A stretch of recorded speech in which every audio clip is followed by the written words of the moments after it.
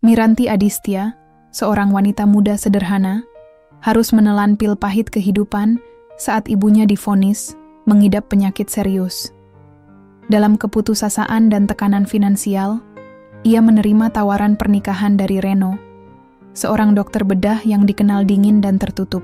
Awalnya, Miranti mengira pernikahan ini tak lebih dari sebuah transaksi, tetapi perlahan ia mulai melihat sisi manusiawi Reno. Namun, malam pertama mereka membuka tabir masa lalu.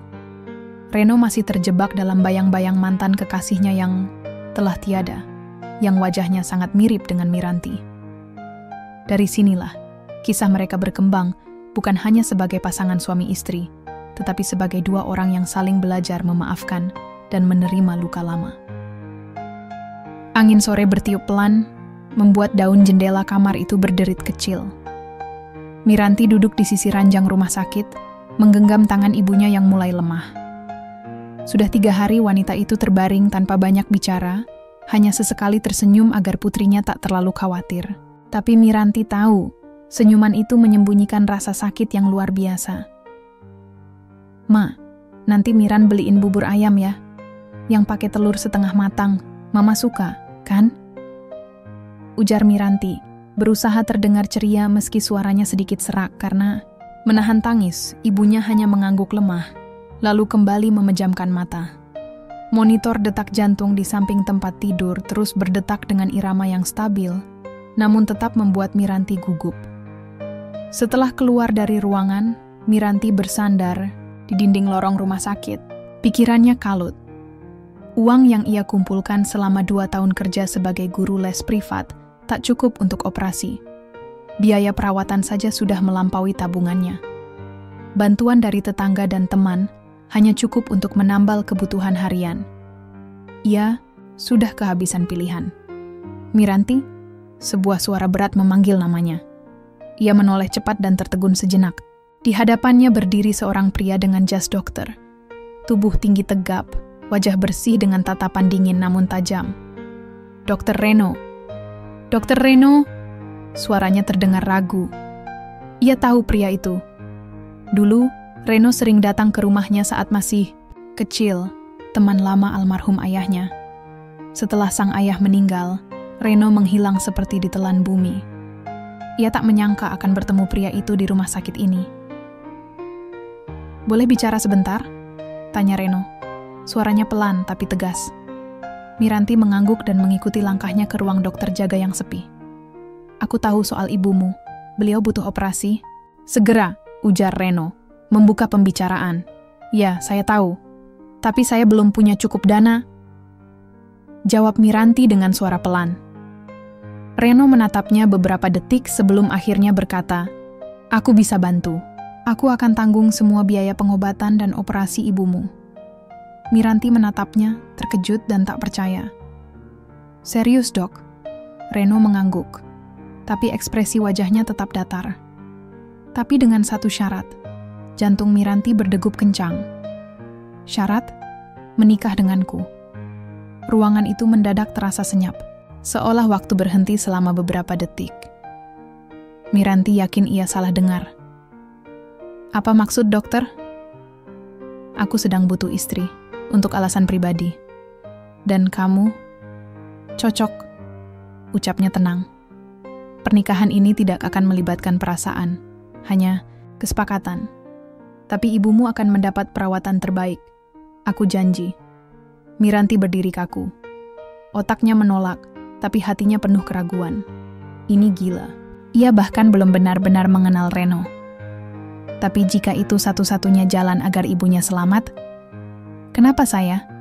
tanyanya dengan suara nyaris berbisik. Reno tak langsung menjawab. Ia hanya menatapnya lama, lalu berkata, "Kamu mengingatkanku pada seseorang."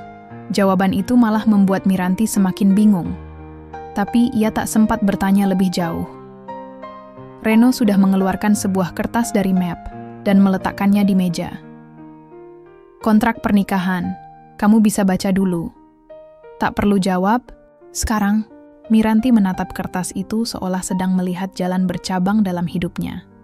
Di satu sisi, ia bisa menolak dan membiarkan ibunya menunggu nasib. di sisi lain, ia bisa menerima dan mengikatkan diri pada pria asing demi menyelamatkan satu-satunya orang yang ia cintai. Sepanjang malam, Miranti duduk di kamar kosnya yang sempit. Kertas kontrak itu tergeletak di pangkuannya. Isinya sederhana. Pernikahan tanpa ikatan emosional, tanpa hak dan kewajiban suami istri seperti biasanya. Setelah setahun, mereka akan bercerai secara baik-baik. Reno akan menanggung semua biaya pengobatan ibunya selama itu. Air matanya jatuh satu persatu, membasahi sudut kontrak itu. Apa ini harga dari cinta seorang anak? Gumamnya lirih. Paginya, dengan langkah berat, Miranti kembali ke rumah sakit dan menemui Reno. "Saya setuju," katanya tanpa menatap mata pria itu. Reno mengangguk sekali. "Baik, pernikahan akan digelar secepatnya. Kita akan ke catatan sipil hari ini." Dan seperti itu, hidup Miranti berubah dalam semalam. Pernikahan itu berlangsung di sebuah ruangan catatan sipil yang dingin dan kaku. Tak ada dekorasi bunga, tak ada gaun pengantin mewah, apalagi iringan musik romantis seperti yang Miranti bayangkan sejak kecil. Ia hanya mengenakan kemeja putih, bersih dan rok hitam sederhana. Wajahnya polos tanpa riasan, sementara Reno, seperti biasa, tampil rapi dalam jas abu-abu dan dasi hitam yang bahkan tak ia rapikan sendiri. Semuanya terjadi cepat, 2 tanda tangan di atas kertas, beberapa kalimat dari petugas, dan ucapan selamat yang terdengar seperti formalitas belaka. Saat cincin sederhana melingkar di jari manis Miranti, ia hanya bisa menatap kosong. Bahkan cincin ini pun bukan miliknya. Reno yang menyiapkan segalanya, termasuk tumpukan uang yang telah ditransfer ke rekening rumah sakit beberapa jam sebelumnya. "Sekarang kau resmi menjadi istri saya," kata Reno singkat setelah keluar dari ruangan. Miranti mengangguk pelan, merasa jiwanya belum benar-benar mengikuti langkah kakinya. Mobil hitam milik Reno membawa mereka ke rumah sang dokter, sebuah rumah modern 2 lantai dengan cat tembok abu gelap dan taman kecil di bagian depan. Dari luar, bangunannya tampak elegan dan tenang. Tapi saat Miranti melangkah masuk, ia langsung merasakan hawa kesepian yang menempel di setiap sudut rumah itu. Tak ada foto keluarga, tak ada hiasan dinding yang ceria. Hanya rak buku, sofa minimalis, dan warna-warna netral yang terasa dingin. "Mulai hari ini, kamu tinggal di sini," kata Reno sambil melepas jasnya dan menggantungnya di balik pintu. "Ada 2 kamar. Kamu bisa pilih yang mana saja. Aku tidak akan ganggu." Miranti menatap pria itu, mencoba memahami maksud di balik kata-katanya. Tapi seperti biasa, wajah Reno begitu sulit ditebak. Dingin, tenang, dan datar. "Aku tinggal di kamar sebelah kanan. Kalau kamu butuh apapun, hubungi saja lewat chat. Aku sering pulang malam," lanjutnya. "Baik," jawab Miranti lirih. Ada sedikit perasaan aneh saat menyadari mereka kini sudah resmi menikah, tapi tetap bicara seolah hanya kenalan jauh. Malam itu, Miranti berbaring di kamar yang dulu mungkin kamar tamu. Kasurnya empuk, spray bersih, bahkan disediakan piyama baru yang masih berbau toko. Tapi ia sulit tidur. Ia memandangi langit-langit kamar, pikirannya terus memutar ulang apa yang terjadi sejak seminggu terakhir. Semua begitu cepat. Dari seorang anak yang hanya ingin menyelamatkan ibunya, kini ia menjadi istri dari pria yang hampir tak ia kenal. Bahkan panggilan suami pun terasa asing di lidahnya. Hari-hari selanjutnya berjalan dengan pola yang nyaris sama. Reno pergi, pagi-pagi sekali pulang larut malam. Kadang tak pulang sama sekali. Di pagi hari, ia hanya meninggalkan catatan kecil. Makanan di kulkas, tinggal panaskan. Atau ada belanjaan di dapur. Miranti hanya membalas dengan tulisan singkat di balik kertas yang sama. Komunikasi mereka lebih banyak lewat memo dan chat singkat. Miranti mencoba menyesuaikan diri. Ia mulai membersihkan rumah, memasak, dan sesekali menyiapkan makanan hangat saat Reno pulang. Tapi pria itu tetap menjaga jarak. Bahkan ketika mereka duduk di meja makan yang sama, Reno hanya bicara seperlunya. "Gimana kondisi Mama?" tanya Reno suatu malam. Membuat Miranti sedikit terkejut, karena akhirnya pria itu memulai percakapan. "Sudah mulai membaik," kata dokter. Operasinya tinggal tunggu jadwal minggu depan. Terima kasih sudah bantu, Reno. Jawab Miranti, hati-hati menyebut nama suaminya sendiri. Reno hanya mengangguk, lalu melanjutkan makan. Tak ada percakapan lain setelah itu. Kadang, Miranti memergoki Reno berdiri diam di balkon lantai 2, menatap langit malam dengan rokok di tangan. Wajahnya terlihat lelah, tapi ada sesuatu yang lebih dari sekadar kelelahan kerja. Seperti ada beban besar yang belum selesai ia hadapi. Miranti ingin bertanya, ingin mengenal suaminya lebih dalam, tapi setiap kali ia mencoba mendekat, Reno selalu menarik diri. Malam itu, saat sedang mencuci piring, ponselnya berbunyi. Pesan dari Reno. Besok malam kita tidur di kamar yang sama. Aku akan jelaskan nanti. Tangan Miranti langsung berhenti. Air mengalir deras dari keran, tapi pikirannya sudah melayang ke berbagai arah. Tidur sekamar? Sekarang? Kenapa? Apa maksud dari semua ini? Ia memandangi ponsel itu cukup lama sebelum akhirnya mematikan air dan kembali ke kamarnya. Untuk pertama kalinya sejak menikah, ia merasa benar-benar takut. Hari itu langit terlihat kelabu sejak pagi. Miranti bangun lebih awal dari biasanya, tapi jantungnya sudah berdegup tak karuan. Malam ini ia akan tidur sekamar dengan Reno, seorang pria yang secara hukum sah menjadi suaminya, namun terasa seperti orang asing yang menutup pintu rapat-rapat terhadap dunia luar. Ia mencoba mengalihkan pikirannya dengan pekerjaan rumah, menyapu, mengepel, mencuci baju, bahkan merapikan rak buku yang sebenarnya sudah bersih. Tapi pikirannya terus kembali ke pesan Reno semalam. Besok malam kita tidur di kamar yang sama. Kata-kata itu terus terngiang, memunculkan ribuan pertanyaan yang belum ia temukan jawabannya. Sore harinya, Miranti duduk di ruang tamu sambil menonton televisi yang suaranya ia kecilkan. Entah apa yang ia tonton. Pikirannya terlalu penuh untuk benar-benar mengikuti alur acara. Ia mengenakan pakaian tidur panjang berwarna biru muda, sederhana namun rapi. Rambutnya ia kuncir setengah, ragu apakah ia harus berusaha terlihat cantik atau justru biasa saja. Ketika jam menunjukkan pukul 9 malam, suara pintu depan terdengar dibuka. Reno pulang. Langkah kaki pria itu terdengar tenang saat memasuki rumah. Ia masih mengenakan jas dokter. Wajahnya terlihat lelah seperti biasanya, tapi tatapannya tak berubah, datar dan tenang. Makan malam sudah saya siapkan, ujar Miranti, pelan. Terima kasih, jawab Reno singkat. Mereka makan dalam diam, hanya suara sendok dan garpu yang sesekali terdengar. Miranti beberapa kali mencuri pandang ke arah suaminya. Pria itu makan dengan rapi, gerakannya tenang dan teratur. Sama sekali tak terlihat seperti seseorang yang akan berbagi ranjang dengan wanita asing malam ini. Setelah selesai makan, Reno menghapus mulutnya dengan tisu dan menatap Miranti. Kita ke kamar, katanya tanpa basa-basi.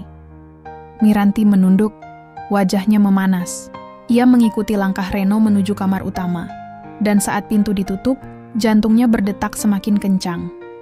Kamar itu luas, tertata minimalis dengan lampu tidur berwarna kuning redup. Di sudut kanan, ada meja kerja kecil dan tumpukan dokumen.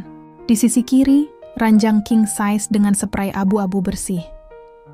Reno melepas jasnya, lalu berdiri di depan cermin sambil membuka dasi. Suasana canggung menggantung di antara mereka seperti kabut yang tebal. Miranti berdiri di dekat pintu, tak tahu harus bagaimana. Aku tidak akan menyentuhmu, ucap Reno tiba-tiba, seolah membaca pikirannya. Kita hanya akan tidur di ruangan yang sama. Itu saja. Miranti mengangkat wajahnya, sedikit lega tapi juga bingung. Kenapa harus sekamar? Reno menatapnya lewat pantulan cermin. Diam beberapa detik, sebelum akhirnya menjawab. Aku butuh kamu ikut ke acara rumah sakit minggu depan. Mereka mulai curiga dengan status pernikahan kita. Ada beberapa dokter senior yang terlalu suka ikut campur. Kalau mereka tahu kita tidur di kamar terpisah, gosip akan makin besar. Dan aku tidak suka drama. Miranti mengangguk pelan. Masuk akal, meski tetap terasa aneh. Kamu bisa tidur di sisi kiri ranjang. Aku di kanan. Jangan khawatir. Aku pegang. Janji, lanjut Reno. Malam itu mereka tidur membelakangi satu sama lain. Ada jarak setengah meter di antara mereka di atas ranjang yang luas. Tapi bagi Miranti, jarak itu terasa seperti jurang yang dalam dan tak bisa dilompati. Beberapa menit berlalu dalam keheningan. Tapi mata Miranti belum juga mau terpejam. Ia bisa mendengar napas Reno yang teratur di belakangnya. Reno, panggilnya pelan. Boleh saya tanya sesuatu? Silakan. Kenapa kamu menikahiku? Tanyanya akhirnya, memberanikan diri. Hening. Reno tak langsung menjawab. Suara detak jam di dinding terdengar sangat jelas. Miranti hampir menyesal sudah bertanya ketika akhirnya Reno membuka mulut. Kamu mirip seseorang, katanya lirih. Miranti menoleh perlahan. Siapa? Reno masih memunggunginya. Namanya Alisa. Miranti menunggu kelanjutannya, tapi tak ada, hanya itu. Dia mantanmu? Lama. Tapi akhirnya Reno menjawab. Bisa dibilang begitu. Dia masih hidup? Diam. Lalu, dengan suara nyaris tak terdengar, Reno berkata, sudah meninggal. Miranti terdiam. Entah kenapa dadanya ikut sesak. Ia tidak tahu siapa Alisa, tapi dari nada suara Reno, ia bisa merasakan luka yang belum benar-benar sembuh. Sakit? Tanyanya hati-hati.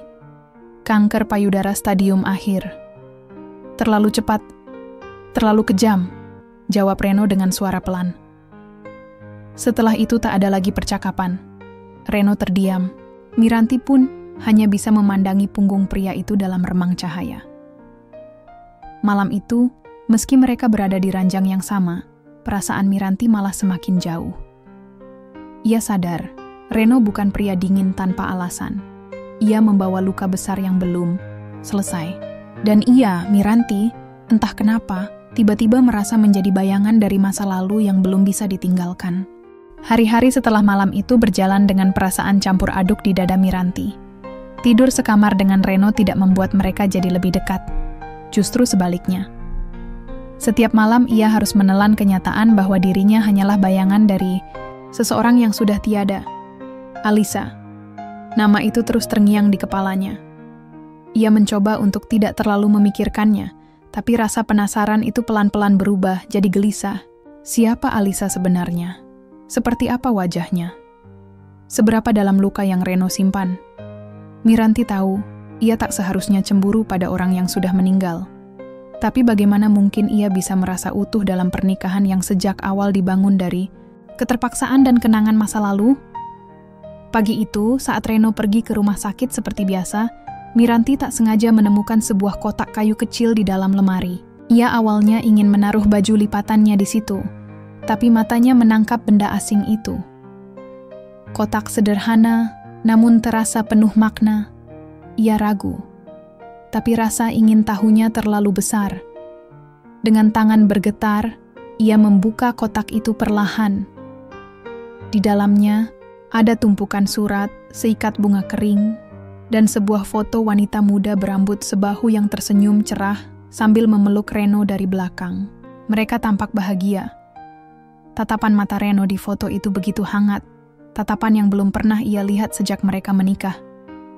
Dan di pojok kanan bawah foto itu tertulis, Alisa, 3 bulan sebelum pergi, aku mencintaimu selamanya. Dada Miranti serasa ditindih batu besar.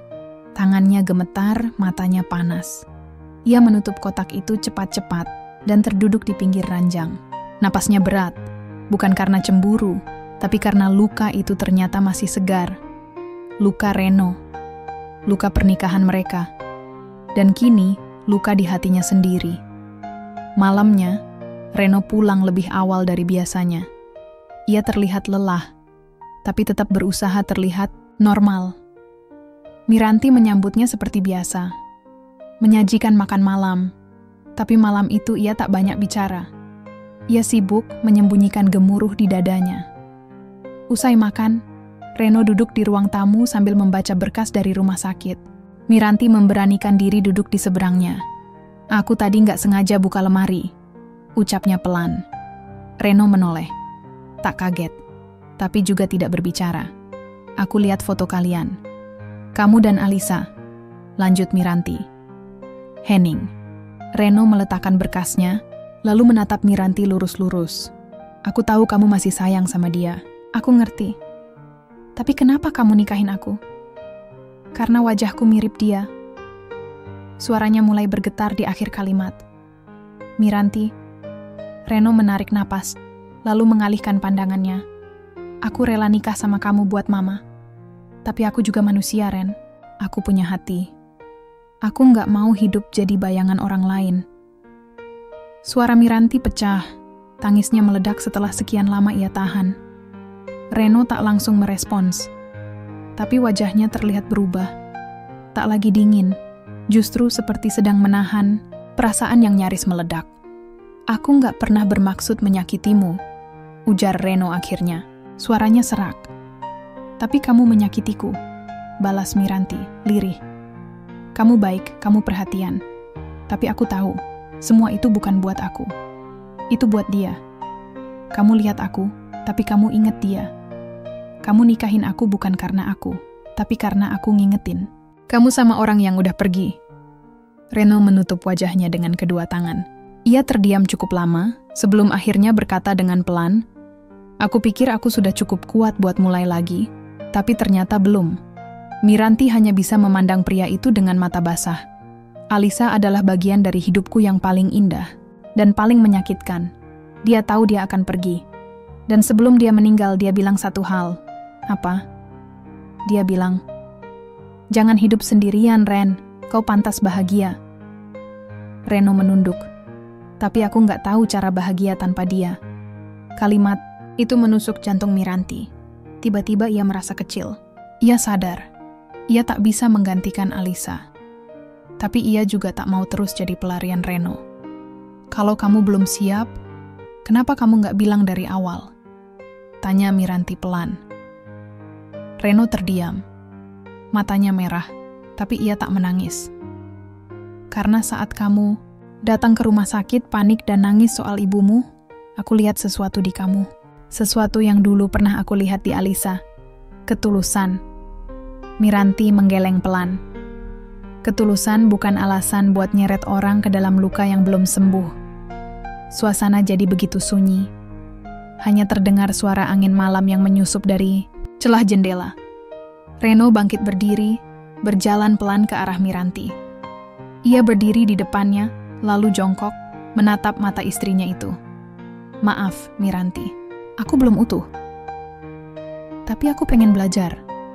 Kalau kamu masih mau. Aku pengen coba belajar mencintaimu karena kamu. Bukan karena kamu mirip dia. Miranti memejamkan mata. Tangisnya tak lagi deras, tapi hatinya masih terluka. Ia tahu, kata-kata maaf memang bisa meredakan. Tapi butuh waktu untuk benar-benar sembuh.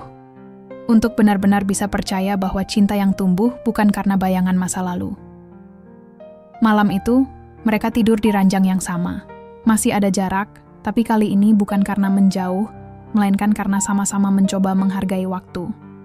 Dan untuk pertama kalinya, Miranti berdoa. Bukan untuk mamanya, bukan untuk dirinya, tapi untuk Reno. Semoga luka itu benar-benar bisa sembuh. Bukan dengan menghapus masa lalu, tapi dengan membuka hati untuk masa depan.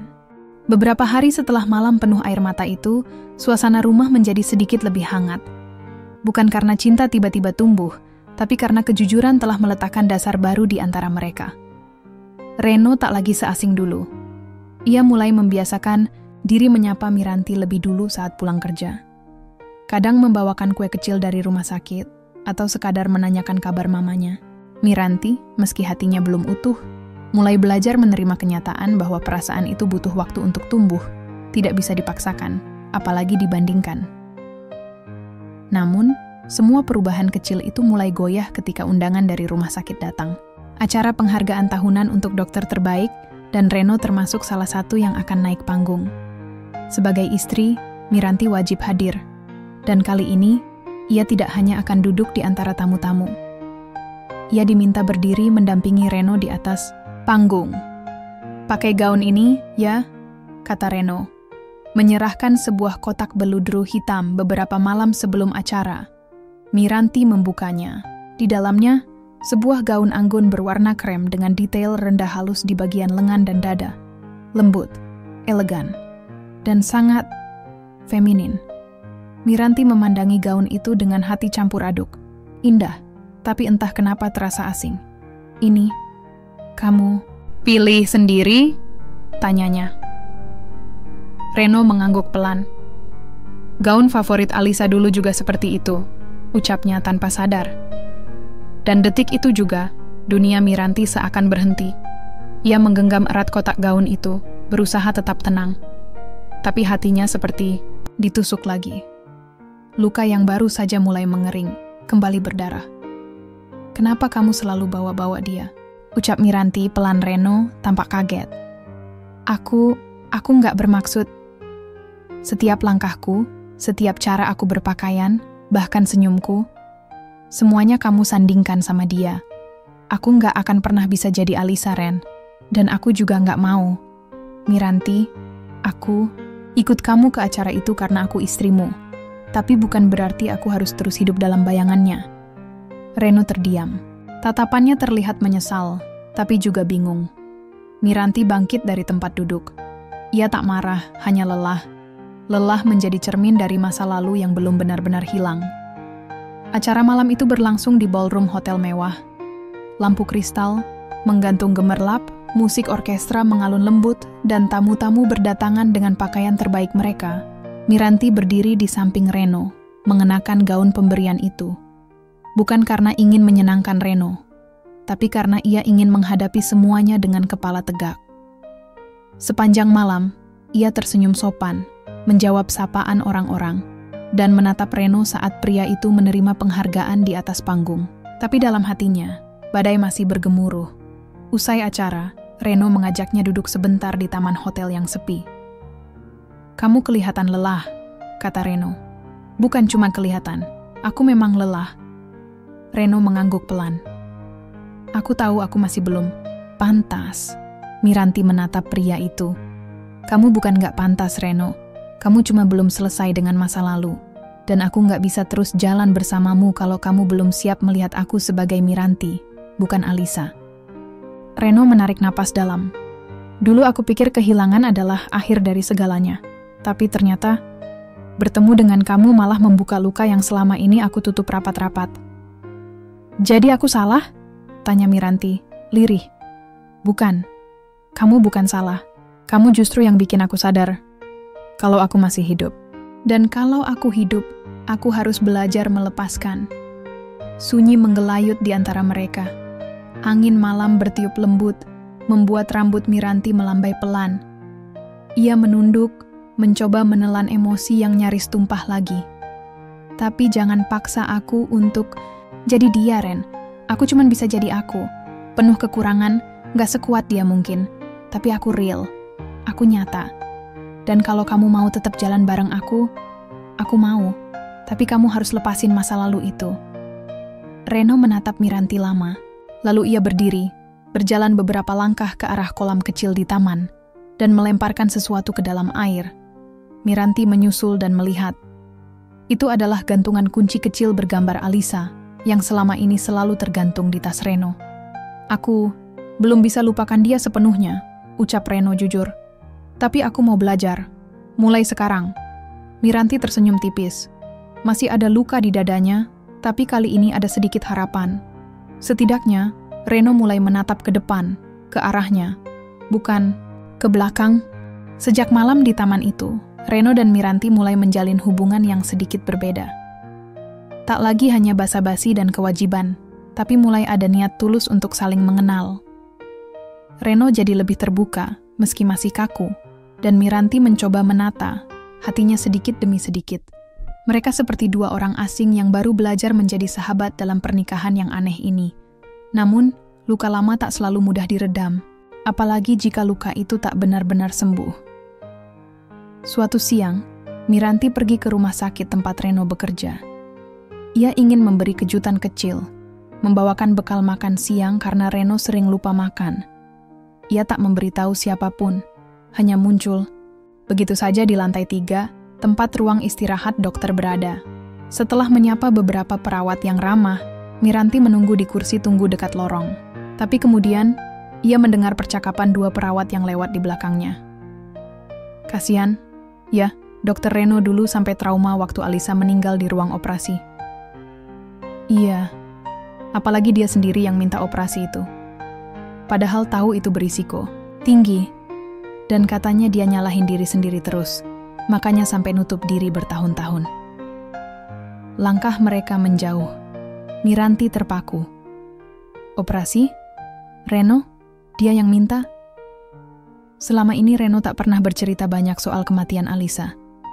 Ia hanya bilang mantan kekasihnya meninggal karena kanker payudara, tapi tak pernah menyebut soal operasi, apalagi bahwa dirinya terlibat langsung. Dengan tangan gemetar, Miranti mengemasi bekal yang belum sempat ia berikan. Hatinya kacau. Entah kenapa, kalimat para perawat itu seperti palu besar yang menghancurkan pondasi kecil yang baru saja mulai ia bangun bersama Reno. Sesampainya di rumah, ia mencoba menenangkan diri, tapi otaknya terus memutar-mutar kalimat itu. Dia sendiri yang minta operasi itu. Dia nyalahin diri sendiri. Malam harinya, saat Reno pulang, Miranti menunggunya di ruang makan. Bekal makan siang itu masih utuh di meja. Reno masuk, terlihat lelah seperti biasa, namun senyumnya langsung sirna saat melihat ekspresi Miranti. "Kamu kenapa?" tanyanya hati-hati. "Aku ke rumah sakit tadi," ucap Miranti pelan. Reno membeku. "Oh, aku dengar kamu yang minta Alisa dioperasi. Kamu yang tangani?" Wajah Reno memucat. "Kamu nggak pernah cerita soal itu." Reno menunduk. "Karena aku nggak mau kamu tahu." "Kenapa?" Reno duduk perlahan. Ia menatap meja, kosong di hadapannya, seolah menghindari mata Miranti. "Karena itu bagian dari hidupku yang paling gelap." Miranti diam. Ia ingin memberi ruang, tapi juga butuh penjelasan. "Aku bukan cuma kehilangan Alisa, Miranti. Aku yang bikin dia pergi." Reno menghela napas berat. Waktu itu, kanker Alisa sudah menyebar. Dokter menyarankan pengobatan paliatif, tapi aku nggak mau menyerah. Aku pikir aku bisa menyelamatkannya dengan keahlianku, dengan tanganku sendiri. "Jadi kamu yang..." "Aku operasi dia. Aku yang pegang pisau bedah itu." Suara Reno pecah. "Dan dia nggak pernah bangun lagi." Miranti menutup mulutnya. Air mata langsung membasahi pipinya. Ia tak tahu mana yang lebih menyakitkan, mengetahui bahwa Reno menyimpan luka sebesar itu sendirian, atau fakta bahwa ia merasa bersalah karena mencoba menyelamatkan orang yang dicintainya. "Kenapa kamu nggak cerita dari awal?"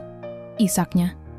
"Karena aku malu, karena setiap kali aku mengingatnya, aku lihat tangan ini kotor. Tangan ini membunuh orang yang aku sayang, dan aku takut kalau kamu tahu, kamu akan lihat aku dengan cara yang sama." Miranti berdiri, mendekat, lalu duduk di samping Reno. Ia menggenggam tangan suaminya yang dingin dan bergetar.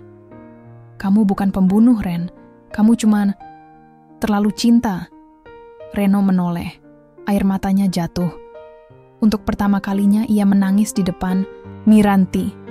Tanpa pertahanan, tanpa topeng. "Maaf karena aku nggak bisa cerita.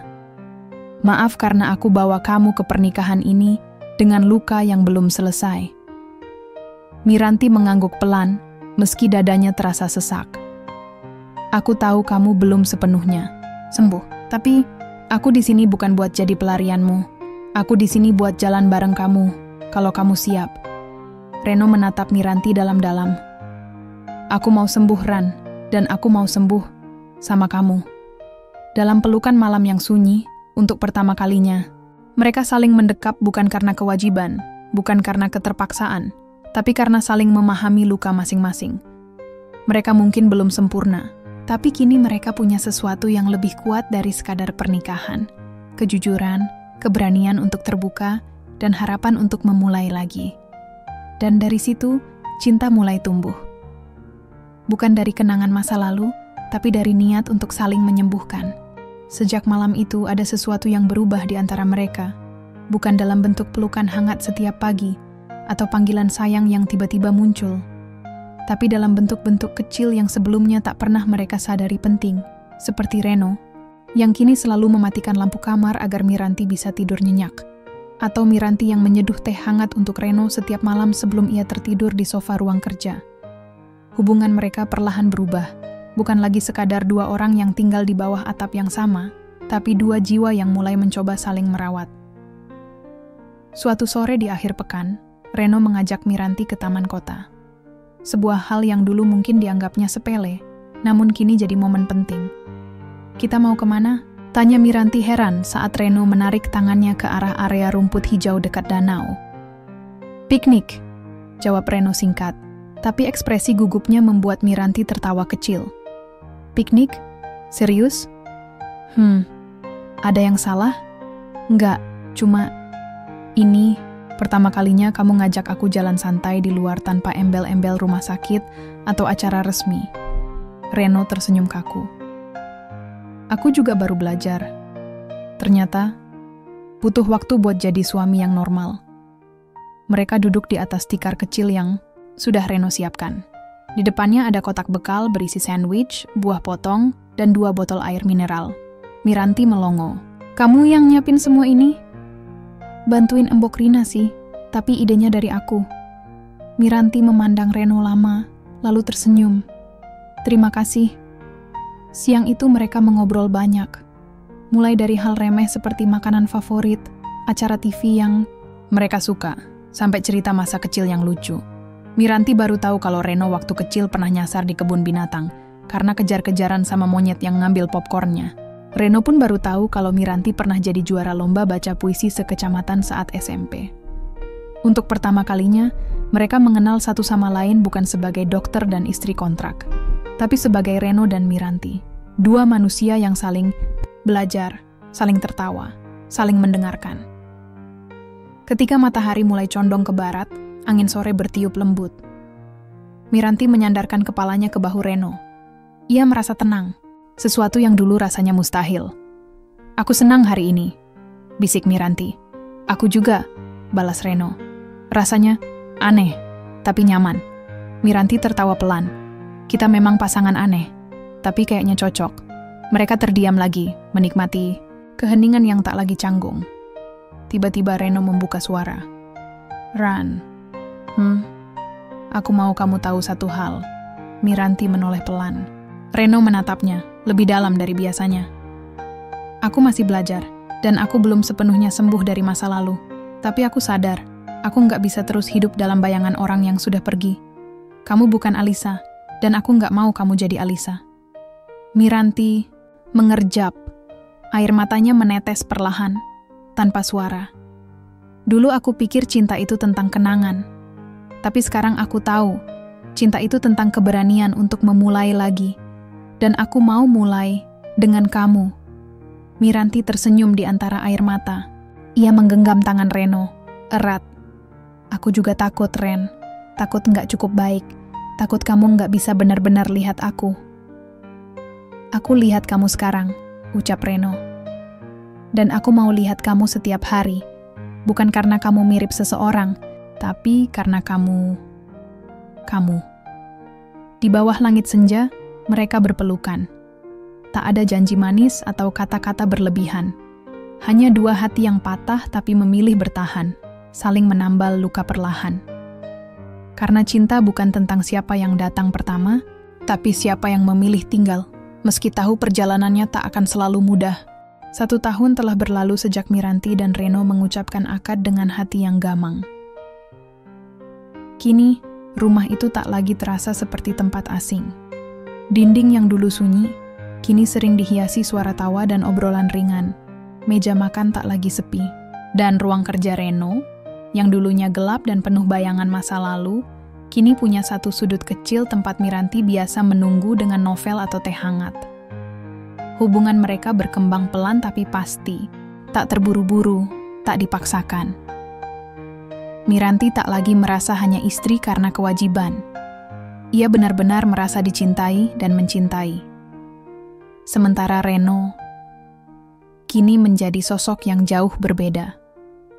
Masih pendiam, masih kaku dalam banyak hal, tapi hatinya terbuka. Ia tak lagi menghindari masa lalu, melainkan menerimanya.